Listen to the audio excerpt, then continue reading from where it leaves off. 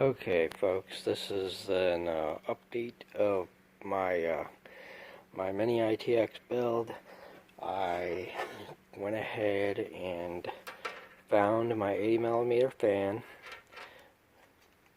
and I have checked it, and it does fit with these. So that'll be nice. By the way, these things light up in red in case you didn't notice. You can see the lead right there. Sorry for the autofocus. But that's basically what I've been trying to figure out besides the cooling. More than likely I'm going to have to do water cooling because since that's a 120 fan and there's not really a whole lot of space there. I was going to get the a knock to a low profile, but it's got the 120 fan, and you know that's I think it's pretty large. Even though the fan on the knock to a cooler is a low profile, it's still large. So with the micro ATX, the RAM will be right here, and since it's a low profile, I don't know if it's going to be up high enough to install the RAM. It might just barely be, but I don't know if I'm gonna would want to spend $50 on a cooler that may not have the clearance for the RAM.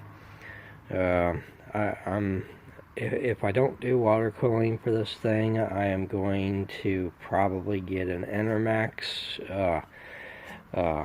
90mm cooler, because 90mm might actually fit in here. The other issue that you got is this. I don't know how long my I'm going to be putting a hot swap tray in here for hard drives, and I don't know how long it's going to protrude, so I need to take a measurement on that. But that specifically was the reason why I'm thinking that I'll have to go water cooling, just to make sure that everything's low profile enough, because if I get a fan, it's going to come up to about right here, and I don't know if I will have the clearance right here. So when I get to the other computer, I'm going to have to measure the length of that that tray to see if I can get it to fit. But at least to know that these are 80mm. They're not 92 like a few people are saying. Okay, well, I have to let you go now. Thanks for watching. Okay, I want to add a little something to this case that I discovered regarding the power supply bracket. Oops. If you leave it on this way, I can see why Linus Tech Tips is giving huge knockoffs on points for Corsair for this. If you just leave the bracket like this with the power supply installed, well, you got this problem. Yeah, well, of course, with the bracket being installed onto there, it'll be stable. But if you don't want the power supply, I guess, to push down out on the bottom and bend the clip, if that's even possible, which it probably isn't, you would have to make sure that see, there's a little lip right there. You'd have to make sure that this is inside the lip, and then you install it like that. Have the power supply in there first, and then you see how you can't pull back on that.